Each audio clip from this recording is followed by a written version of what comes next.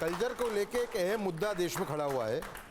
जो गंदगी फैलाई जा रही है ओटीटी और सोशल मीडिया के माध्यम से, जो सीधे रूप से रेप को प्रभावित कर रही है। 90% जो रेप के केसेस हैं वो पोर्नोग्राफी से प्रभावित हैं, ऐसा एक स्टडी कहता है। कई स्टडीज हमने इकट्ठा की हैं।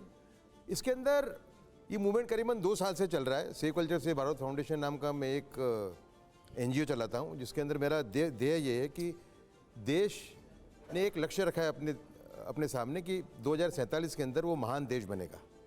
कोई के मन में शंका नहीं है कि 2037 के अंदर ही भारत एक आर्थिक महासत्ता होगा। जिस तरीके से प्रधानमंत्री चीज़ों आगे ले जा रहे हैं, आर्थिक महासत्ता होगा, सैनिकी महासत्ता होगा, वैज्ञानिक महासत्ता होगा। लेकिन क्या भारत सांस्कृतिक रूप से कंगाल देश होगा?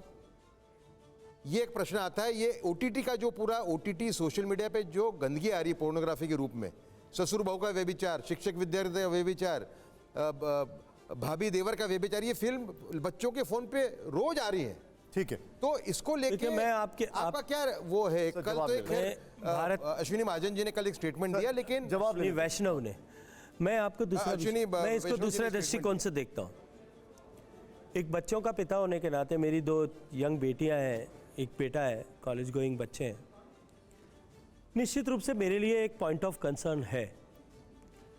लेकिन इस डिजिटाइज वर्ल्ड में जब पूरी दुनिया केवल न्यूडिटी, पोर्नोग्राफी केवल OTT प्लेटफॉर्म्स के माध्यम से आ रही हो, ऐसा नहीं है। दुनिया का सारा जो है, जब सब कुछ दुनिया का आज इस इंटरनेट पर आ गया है, जब आपके मोबाइल पर आ गया है,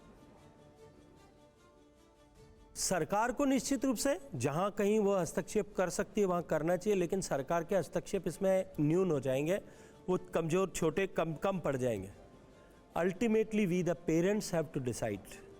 हमको अपनी रिस्पॉन्सिबिलिटी को जो है वो निर्वहन करना पड़ेगा कि हम अपने आने वाली पीढ़ी को किस तरह से तैयार करें। देखिए, मैं आपकी बात से 100% मिडिल ईस्ट के अंदर, सिंगापुर में, साउथ कोरिया में इस पे अधिकांश कंट्रोल है इसके ऊपर। हमारा जो आ रहा है आपके सवाल में कुछ ऐड आ रहा है। देखिए, सेल्फ रेगुलेशन एक जगह है। मुझे पूरा करने दीजिए। देखिए, हमने गए 10 साल में कई प्रतिज्ञाएं ली, और मैं फिर से कहूंगा कि माननीय प्रधानमंत्री के नेतृत्व में जो काम हमने किया है वो हम सोच नहीं सकते। जो 60 साल का रवैया रहा पहले 60 साल, उसके बाद में हम सोच नहीं सकते कि इतनी प्रगति हम कर सकते हैं। लेकिन मेरा ये कहना है कि हम एक और प्रतिज्ञा न लें कि हम विश्व का पहला विकृत सामग्री मुक्त देश बनेंगे। क्यों नहीं कर सकते? नहीं, बहुत अच्छा है, आदर्श है। और मुझे लगता है कि जिन लोगों के पास में प्रत्यक्ष रूप से इनकी जिम्मेदारी है वो इस पर विचार कर रहे होंगे। मैं तो वैसे अगर मैं व्यक्तिगत रूप से अपनी बात करूं, not being the part of cabinet, तो मैं आज से जो है 2017 में मैंने पहला पत्र माननीय प्रधानमंत्री जी को इसको लेकर के लिखा था कि OTT प्लेटफॉर्म्स पर भी सेंसर का जिस तरह की व्यवस्था है वैसी व्यवस्था होनी ही चाहिए। ऑस्ट्रेलिया में लेकिन 16 साल को नीचे उसको बंद किया है, सोशल मीडिया अकाउंट बैन कर दिया है। Why not India do that sir? कल स्टेप लिया, कल ही लिया जी। लेकिन मैं फिर आपको एक बात कहूँगा कि अल्टीमेटली हमको परिवारों में इस व्यवस्था को ठीक से जागृत करने के लिए काम करना पड़ेगा। देखिए, ऑस्ट्रेलिया में 16 साल को मैं जानता हूं कि उसको कुछ चीज़ों को उन्होंने रेगुलेट किया है जी। लेकिन उसमें करना क्या है? आपको सेल्फ डिक्लेयर करना है that I am about 16 years.